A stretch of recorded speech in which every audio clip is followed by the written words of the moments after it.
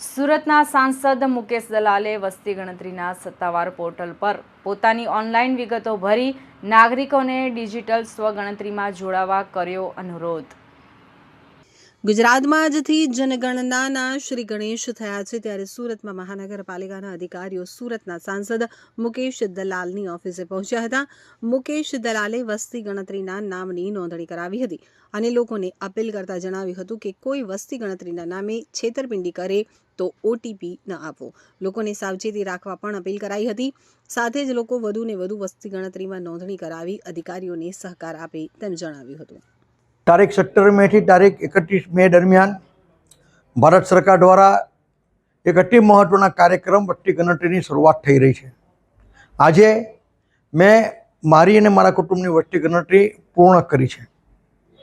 વસ્તી ગણતરીના આધાર પર ભારત સરકાર અને રાજ્ય સરકાર લોકહિતની જે યોજનાઓ છે, શિક્ષણ અંગેના નિર્ણયો, આવાસ અંગેના નિર્ણયો, આરોગ્ય વિષયક યોજનાઓ, અનેક પ્રકારની યોજનાઓ આ માહિતીના આધાર પર બનતી હોય છે।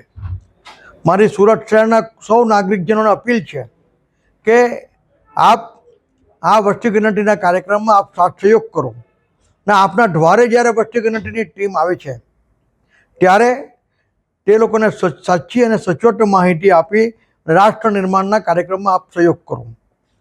આ પ્રક્રિયા દરમિયાન આપના મોબાઈલ પર જે પણ કોઈ ઓટીપી આવે છે તે આપે કદી પણ કોઈને શેર કરવાનો રહેતો નથી।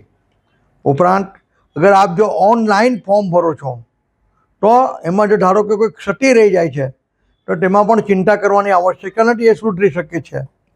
આથી મારી સુરત શહેરના સૌ નાગરિકજનોને અપીલ છે કે આપ આ વસ્તી ગણતરીના અતિ મહત્ત્વના કાર્યક્રમમાં સાથ સહયોગ કરો। ક્યાં તો પ્રત્યક્ષ ટીમમાં ત્યાં ફોર્મ ભરો અથવા આપનું ફોર્મ ઓનલાઈન ભરીને રાષ્ટ્ર નિર્માણના કાર્યક્રમમાં આપનો સહયોગ કરો।